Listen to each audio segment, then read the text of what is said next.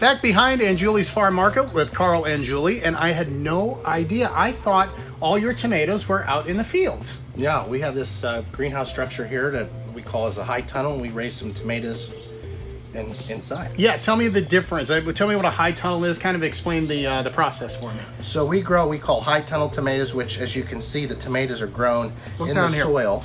Yeah. And we put the plastic down, collect the heat, and hold the moisture down and straw and keep the weeds out. So that's what high tunnel versus hydroponic, which is grown in water. Okay. And then how many plants are in this particular greenhouse? There's 1,000 tomato plants in here. And do you grow different kinds of tomatoes, or you just kind of stick to one? There's these right here we call Primo Red. We use it because we love the flavor, but we grow it in here and out in the field. So the advantage is you'll get tomatoes before the people that have them out in the field or in their gardens. Correct. You know, field tomatoes usually come in about primarily mid-July, beginning of July. These tomatoes now we've been picking for 2 weeks. Okay.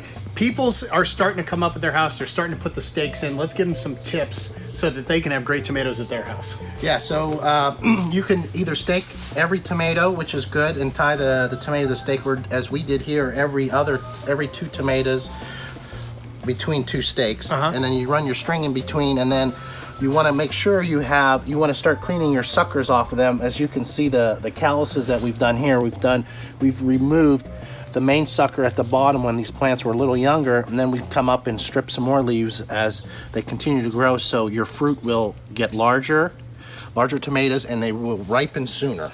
And the flavor will probably be better too. Oh, yes. The flavor is awesome. So when you take the suckers off, the strength of the plant goes back down into the roots instead of the sucker itself. Yes, it will support more of those tomatoes and make them larger and sweeter. I've never seen the strings in between the stakes before.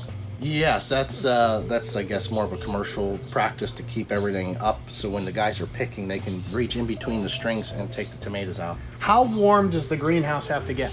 So these were planted around the 20th of March, okay. And so we kept the temperature in here at 65 to 70 degrees all the way through, and then now with the heat, it's naturally, the sun keeps it very warm now, like 80 degrees during the daytime. Yeah, and you were saying the whole thing with these tomatoes is you got to have daylight for them to grow and grow the right way. Right. You could plant tomatoes in February and heat them, but you have to make sure you have to use supplemental lighting. So for us, we figure it's just a lot of work, and it's very costly to do that. So we start in March, so we can start picking tomatoes in June, and the daylight, they love the long days. So when you see the inside the farm market, when you see the tomatoes, you guys have homegrown tomatoes already, even though it's the beginning of July? Yeah, we're carrying 2 types of tomatoes because it's just not possible to supply everybody. So we have some hydroponic tomatoes, and then we have our own tunnel grown tomatoes. Very cool. All right, Angiuli's Farm Market, located here on 46, just south of the fairgrounds. Give them the hours again and the phone number again, or the website, or whatever you want to do in case people want to get a hold of it. You can always check availability on our Facebook page,